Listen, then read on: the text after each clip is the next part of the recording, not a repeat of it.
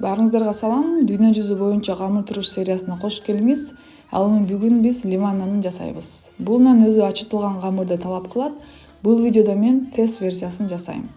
Бул тест рецептти табууга түрткөн нерсе ысырап болбоо, ашык калган камыр турушту бүтүрүү. Камырды жасоодо мен эч кандай суу колдонбойм, жөн гана ун, туз жана ачыткы. Баарын аралаштырам. Бул жерде биздин максатыбыз жумшак камырды жууруу.